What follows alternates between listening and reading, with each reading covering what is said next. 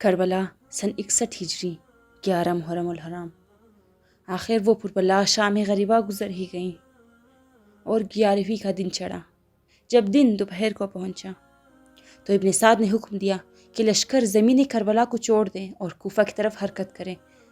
لشکر جانے کی تیاری کر رہا تھا اور اس نے دوسرا حکم جاری کیا، اہل بیت کے قیدیوں کو سوار کرو اور ان کی نگرانی کرو تاکہ ان میں سے کوئی قیدی گم نہ ہو جائیں۔ کاروان اہل بیت میں مردوں سے صرف امام سعید السجاد، زید و عمر جو فرزندان امام حسن مجتبیٰ تھے، اور امام محمد باقر علیہ السلام تھے۔ خدا معلوم کس طرح مخدرات عصمت کو بغیر پالان اور محمل کے اونٹوں پر سوار کیا گیا، بلکہ ایک روایت میں ہے کہ ان ظالموں نے نیزوں اور تازیانوں سے بچوں اور عورتوں کو بے پالان اونٹوں پر سوار کیا۔ مرحوم سید لہوف میں لکھتے ہیں، اہل بیت باشرافت کو اونٹوں پر سوار کیا گیا، اور وہ اونٹ ایسے تھے جن کی پشت نہ محمل تھی نہ صاحبہ، صرف چھوٹی سی گدیاں تھیں۔ ان دشمنوں میں ان کے چہرے پر کوئی پردہ نہ تھا۔ یہ سب پیغمبر خدا کی امانتیں تھیں اور ان کو ترک و روم اور دیلم کے قیدیوں کی طرح سخت ترین سلوک سے لے جایا جا رہا تھا۔ ان قیدیوں میں امام سعید السجاد بھی تھے، جو اس قدر بیماری کی وجہ سے لاغر اور کمزور تھے کہ سب ان کی زندگی سے نا امید تھے۔ اس بغیرت قوم نے اس حالت کے باوجود کہ ہاتھ پس گردن باندھے ہوئے تھے اور زیارت ناحیہ کے جملے ہیں کہ ہاتھوں میں ہتھکڑیاں ڈالی گئی اور اونٹ پر بٹھا کر دونوں پاؤں کو اونٹ کے پیٹ کے نیچے سے آپس میں باندھ دیا گیا۔ جب قیدیوں کو ابن سعد کے حکم سے جبرن اور قہرن اونٹوں پر سوار کیا گیا تو انہیں لشکر کے ساتھ کربلا سے روانہ کیا گیا، اور حالت یہ تھی کہ آگے آگے علم تھے، ان کے پیچھے شہداء کے سر نیزوں پر سوار تھے، ان کے پیچھے کاروان اہل بیت کے قیدی تھے۔ تبل اور نقارے بج رہے تھے۔ لشکر کی ہاہو اور شور و غل اس قدر زیادہ تھا کہ کوئی بات سنائی نہ دیتی تھی۔ اکثر اونٹوں پر عورتوں کی جولیوں میں 2 سالہ 3 سالہ بچے تھے، جو سب کے سب سر برہنہ اور ننگے پاؤں پریشان حال اور بالوں میں خاک اور آنسو بہا رہے تھے۔ ان کے بچوں کو جو ہی کوئی بہانہ ملتا تھا وہ اپنے غریب باپ کی جدائی، بھائی کی جدائی اور چچا کے فراق پر بہت روتے تھے، اور شقی القلب فوجی نیزوں کی انیوں اور تازیانوں سے انہیں خاموش کراتے تھے۔ کوفہ کی طرف روانگی کے وقت کاروان اہل بیت کو مقتل سے گزارا گیا، اور اس بات پر تمام مقاتل کا اتفاق ہے۔ البتہ اختلاف اس میں ہے کہ اہل بیت کی خواہش پر مقتل سے گزارا گیا یا ظالموں نے اہل بیت کو زیادہ دکھی اور پریشان کرنے کے لیے مقتل سے گزارا۔ صاحب قمقام نے تصریح کی کہ مقتل سے گزارنا اہل بیت کی خواہش تھی، کیونکہ اہل بیت نے کہا تھا، خدا کی قسم ہمیں مقتل حسین سے گزارنا۔ ان کے علاوہ صاحب منتہی الاعمال میں یہی نظریہ رکھتے ہیں کہ اہل بیت کی اپنی خواہش پر انہیں مقتل سے گزارا گیا، کیونکہ وہ لکھتے ہیں کہ جب ان ملعونوں نے، ان ملائن نے خیموں کو آگ لگا دی اور شعلے بلند ہوئے تو فرزندان پیغمبر ڈر کر ننگے پاؤں اور سر برہنہ خیموں سے دوڑ کر نکلے اور لشکر والوں کو قسم دی کہ ہمیں مقتل حسین سے گزارنا۔ پھر مقتل کی طرف روانہ ہو گئے۔ جب ان دکھی اور غریب مستورات کی نگاہ بے سر شہداء کے خاک و خون میں غلطہ لاشوں پر پڑی تو ماتم شروع ہو گیا، سر و چہرہ پر ماتم کیا گیا اور نوحہ وزاری کی گئی۔ تمام اہل بیت سے امام سعید السجاد کی حالت بہت نازک ہو گئی، جیسے ابھی روح پرواز کر کے نکل جائے۔ امام زین العابدین خود فرماتے ہیں، جب میری یہ حالت میری پھپھو زینب سلام اللہ علیہا نے دیکھی تو فرمایا، یہ تمہارا کیا حال ہو گیا ہے اے میرے نانا، بابا اور بھائیوں کی یادگار، اپنی جان سے نہ کھیل، اپنے آپ کو سنبھالو۔ میں نے کہا، میں کس طرح جزا و فضل نہ کروں اور یہ حالت نہ ہو جبکہ اپنی آنکھوں سے اپنے بابا، بھائیوں، چچاؤں، چچا زادوں اور انصار کو خاک و خون میں لت پت زمین پر برہنہ دیکھ رہا ہوں۔ ان کے لباس لوٹ لیے گئے ہیں، نالین اور عمامے اتار لیے گئے ہیں، بغیر کفن اور دفن کے پڑے ہیں، اور کوئی بھی ان کے پاس نہیں، گویا یہ دیلم کے خاندان سے ہوں۔ پھوپھی زینب نے فرمایا، جو کچھ دیکھا ہے اس پر جزا و فضل نہ کرو، خدا کی قسم یہ عہد و پیمان تھا جو آپ کے نانا نے آپ کے دادا علی، بابا حسین اور چچا حسن سے لیا تھا۔ خدا نے اسی امت کے ایک گروہ سے عہد لیا جو آسمانوں پر مشہور ہیں کہ جدا شدہ زائے شہداء کو جمع کریں گے اور دفن کر دیں گے اور خاک آلود ابدان اور خاک آلود جسموں سے محبت کریں گے، اس سرزمین میں آپ کے بابا کی قبر کی نشانی خاص کریں گے جس کا اثر کبھی پرانا اور مٹنے والا نہ ہوگا، اور شب و روز اس قبر کی نشانی کو نہ مٹا سکیں گے، اور اکثریت گمراہان رہبران کفر و الحاد ان نشانات کو مٹانے کی پوری کوشش کریں گے، لیکن بجائے مٹنے کے روز بروز یہ مقدس نشانات کربلا واضح اور آشکار ہوتے جائیں گے۔ میں نے پوچھا، پھوپھی اماں یہ کون سا عہد تھا اور کون سی حدیث ہیں؟ پھوپھی زینب نے فرمایا، ہاں مجھے ایمن نے بتایا ہے کہ رسول پاک صلی اللہ علیہ وآلہ وسلم ایک دن جناب زہرا کے گھر تشریف لائے تھے۔ امام حسن اور حسین بھی موجود تھے۔ رسول پاک امام حسن اور حسین نے خرما اور بالائی تناول فرمائی، پھر رسول پاک نے اپنے ہاتھ دھوئے جبکہ مولا علی پانی ڈال رہے تھے۔ پیغمبر خدا نے پیشانی پر ہاتھ پھیرا اور علی و فاطمہ، حسن و حسین کی طرف سرور و نشاط کی نظر کی، پھر آسمان کی طرف دیکھا، پھر قبلہ کی طرف رخ فرمایا اور ہاتھ اوپر اٹھا کر دعا کی، پھر روتے روتے سجدہ میں چلے گئے، اور حالت سجدہ میں بھی وہ آواز بلند رو رہے تھے اور آنسو مسلسل جاری تھے۔ پھر سجدہ کیا اور سر اٹھایا، چل پڑے، حالانکہ آنسو کا قطرہ گر رہا تھا، گویا بارش برسنے کی حالت تھی۔ جناب رسول گرامی کی یہ کیفیت دیکھ کر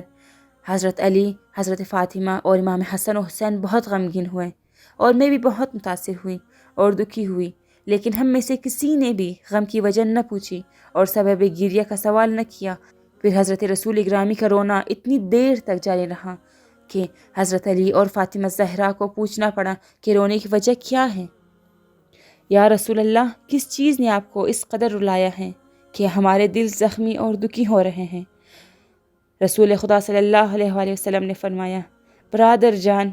تمہاری وجہ سے بہت خوش و شادمان تھا اور اس قدر مسرور تھا کہ آج تک اتنی خوشی کبھی نہیں ہوئی۔ تجھے دیکھا اور خدا کا آپ جیسی نعمت دینے پر شکریہ ادا کیا اور حمد کی۔ اسی وقت جبرائیل نازل ہوئے اور کہا، اے محمد، خدا تمہارے دل کی حالت کو جانتا ہے اور جانتا ہے کہ تمہاری خوشی کی وجہ حضرت علی، حضرت فاطمہ اور امام حسن اور حسین کے واسطے سے ہیں۔ پس اپنی نعمت کو آپ پر کامل کیا اور عطیہ خاص کی عنایت کی، اور انہیں اور ان کی ذریت، ان کے محبوں اور ان کے شیعوں کو بہشت میں آپ کا ہمسایہ بنا دیا۔ آپ اور ان کے درمیان جدائی نہ ہوگی، وہ بغیر کسی منت و سماجت کے عطا سے فائدہ حاصل کریں گے، جس طرح آپ صلی اللہ علیہ وآلہ وسلم فائدہ لیتے ہیں، اور ان پر بھی عطا ہوگی جس طرح آپ پر ہوتی ہیں، حتیٰ کہ وہ راضی اور خوش ہو جائیں گے، بلکہ حق تعالیٰ ان کی اور آپ کی رضایت سے بھی زیادہ عنایت کرے گا، اور یہ عنایت اور لطف ان کثیر امتحانات اور ابتلاعات کے بدلے ہوگی جو دنیا میں آپ اور ان پر آئیں گی، اور وہ مصائب اور دکھ جو آپ کی امت کی طرف سے آپ کو اور ان کو پہنچیں گے۔ وہ لوگ جو اپنے آپ کو امت رسول سمجھتے ہیں جبکہ خداوند آپ سے بہت دور ہوں گے، اور اس امت کے گروہ کی طرف سے کبھی ضرب شدید ناقابل برداشت لگیں گی، اور کبھی وہ آپ کا اور ان کا قتل و کشتار بھی کریں گے۔ تیری ذریت کی قتل گاہیں مختلف اور پراگندہ ہوں گی، اور ان کی قبریں بھی ایک دوسرے سے بہت دور ہوں گی۔ بس اپنے لیے اور ان کے لیے خیر کی تلاش کرو اور اللہ کی قضاء و قدر پر راضی ہو۔ پس میں نے اللہ کی حمد کی اور اللہ کے ہر فیصلے پر رضامندی کو اختیار کیا۔ پھر جبرائیل نے مجھے کہا، اے محمد مصطفیٰ، آپ صلی اللہ علیہ وآلہ وسلم کے بائی آپ کے بعد منکوب اور دخلوب ہو جائیں گے، اور آپ کے دشمنوں سے رنج و غم دیکھیں گے۔ آپ کے بعد مخلوق سے بدترین اور شقی ترین شخص آپ کے بائی علی کو قتل کر دے گا۔ ان کے قاتل کی مثال ناقہ صالح کے پاؤں کاٹنے والے کی مثال ہے۔ آپ کے بھائی اس مقصد کو حاصل کرنے کے لیے ایک شہر کی طرف ہجرت کریں گے، اور وہ شہر شیعوں کا محل نشو و نما ہوگا۔ اس شہر میں اہل بیت پر بہت مصیبتیں آئیں گی، اور یہ کہ آپ کے صرف امام حسین ایک جماعت اور بیٹوں اور اہل بیت کے سمیت فرات کے کنارے کربلا کی زمین پر قتل کر دیا جائے گا۔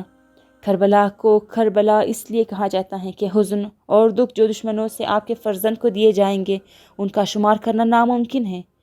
اور جس میں اس قسم کے غم اور دکھوں کی کثرت ہوگی۔ یہ زمین کربلا روئے زمین میں پاکیزہ ترین اماکن میں سے ہے، اور تمام زمین کے حصوں سے زیادہ فضیلت رکھتی ہیں، اور اس زمین میں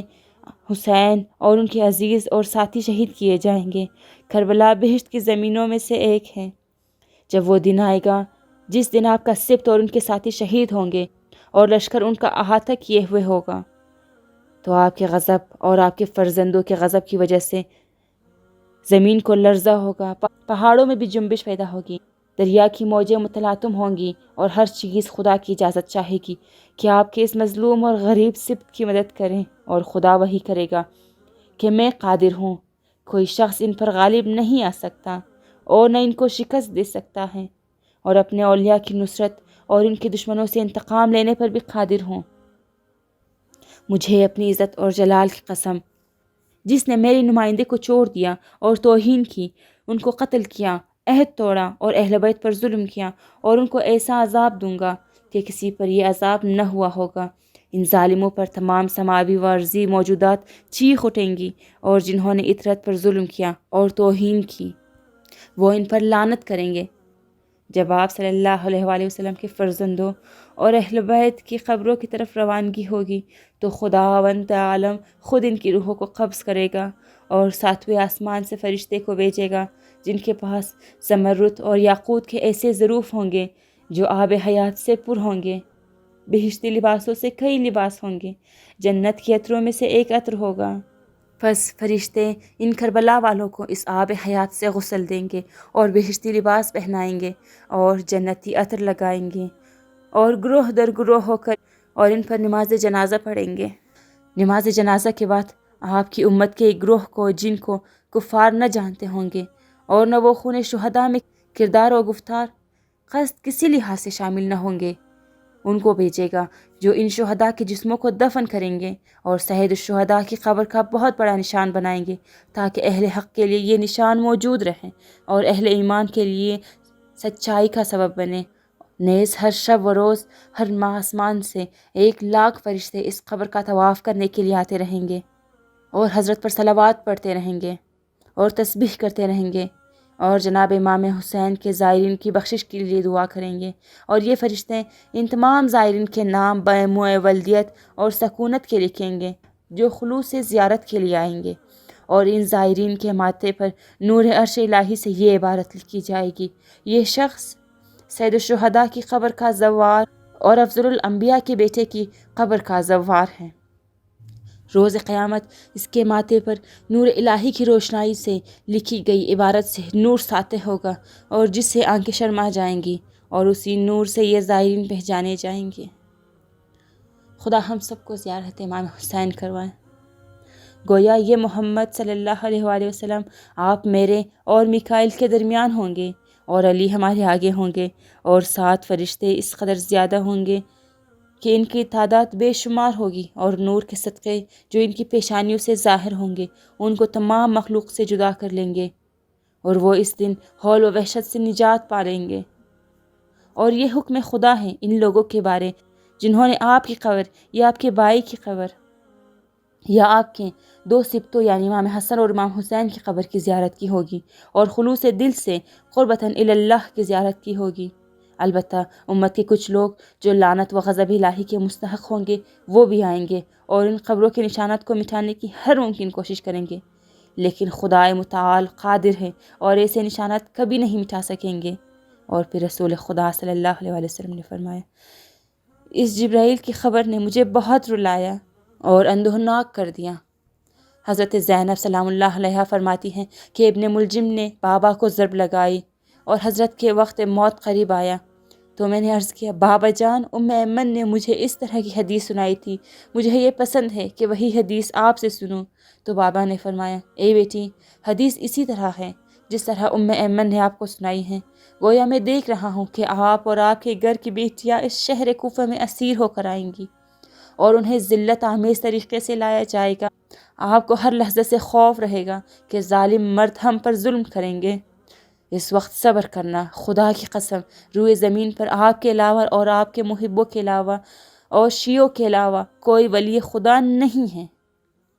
جب رسول خدا صلی اللہ علیہ وآلہ وسلم نے ہمیں یہ خبر دی تو فرمایا: اس روز جب اہل بیت پر ظلم ہوگا ابلیس خوشی سے پرواز کرے گا اور اپنے تمام شاگردوں اور دوستوں کو اکٹھا کر کے کہے گا، اے جماعت شیطانی و ابلیسی، میں نے اپنا بدلہ اولاد آدم سے لے لیا ہے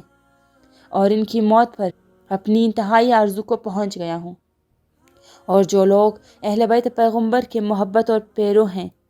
تو کوشش کرو کہ لوگوں میں ان پیروکاروں کو مشکوک کر دو اور لوگوں کو ان کی دشمنی پر برانگیختہ کرو، تاکہ اس طریقے سے لوگوں کی گمراہی اور ان کا کفر مسلم اور محقق ہو جائیں اور ان کی نجات دینے والا بھی کوئی نہ آ سکے۔ ابلیس اگرچہ بہت دھوکے باز اور جھوٹا ہے، لیکن یہ بات اس نے اپنے شیطان بھائیوں کو سچ بتائی تھی۔ اگر کوئی شخص اہل بیت سے دشمنی رکھے تو اس کا کوئی عمل صالح اس کے لیے نفع بخش نہ ہوگا، اور اگر اہل بیت سے کسی شخص کو محبت ہو تو کوئی گناہ سوائے گناہان کبیرہ کے اسے نقصان نہیں پہنچاتا۔ اس حدیث کو سننے کے بعد جناب امام سعید السجاد نے اپنے آپ کو سنبھالا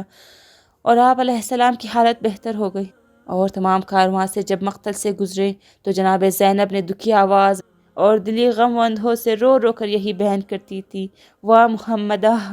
نانا آپ پر آسمان کے فرشتے صلوات پڑھتے ہیں، جبکہ یہ آپ کا حسین خون میں لت پت ہیں، اعضاء کٹے ہوئے ہیں، اور آپ کی بیٹیاں قیدی ہیں۔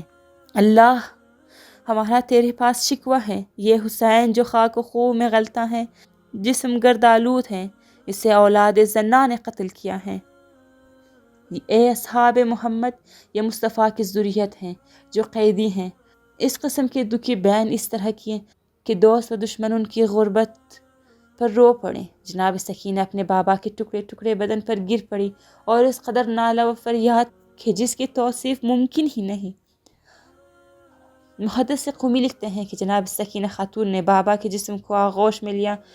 اور جناب سکینہ فرماتی ہیں کہ اس سے مجھ پر ایسی حالت طاری ہو گئی گویا میں بے ہوش ہو گئی۔ جب ہوش آیا تو میں نے سنا میرے بابا فرما رہے تھے، اے میرے شیعو، جب ٹھنڈا پانی پینا تو میری پیاس کو یاد کرنا، اور اگر کسی غریب یا شہید کی مظلومیت کو دیکھو تو مجھ پر ندبہ کرو اور گریہ کرو جس قدر کر سکتے ہوں۔ صلوات پر محمد وآل محمد، اللہم صلی علی محمد وآل محمد، الا نعلۃ اللہ علی القوم الظالمین۔